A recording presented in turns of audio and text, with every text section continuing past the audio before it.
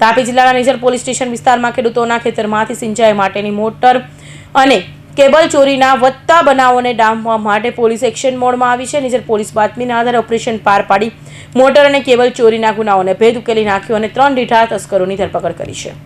ગઈ તારીખ 20 થી 21 જાન્યુઆરી દરમિયાન મોજે કોટલી અને અંતુડી ગામની સીમમાં તાપી નદીના કિનારે ખેતરોમાં રાખેલી પાણીની મોટરમાંથી તાંબાના વાયર અને આશરે 680 મીટર ઇલેક્ટ્રિક કેબલની ચોરી થઈ હતી, જેની કુલ કિંમત અંદાજે 43,600 થઈ હતી. આ ગુનો નોંધાયો હતો. નિઝર પોલીસ ઇન્સ્પેક્ટર વિઠ્ઠલ પરાના માર્ગદર્શન હેઠળ પોલીસ ટીમ પેટ્રોલિંગમાં હતી. તે દરમિયાન બાતમી મળી હતી કે વાંકા ગામ તરફથી 3 ઇસમો પ્લાસ્ટિકની બેગમાં ચોરીનો મુદ્દામાલ લઈને નંદુરબાર તરફ વેચવા જઈ રહ્યા છે. પોલીસે વાંકા 4 રસ્તા પાસે વોચ ગોઠવી 3 ઇસમોને ઝડપી પાડ્યા હતા.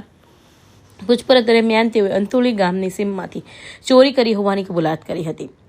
પકડાયેલા આરોપીઓમાં લક્ષ્મણભાઈ હથરલભાઈ ભીલ, ગણેશભાઈ ભગુભાઈ પાડવી, આકાશભાઈ રાજુભાઈ નરમભર પાસેથી પોલીસે કુલ 24,000નો મુદ્દામાલ જપ્ત કર્યો છે.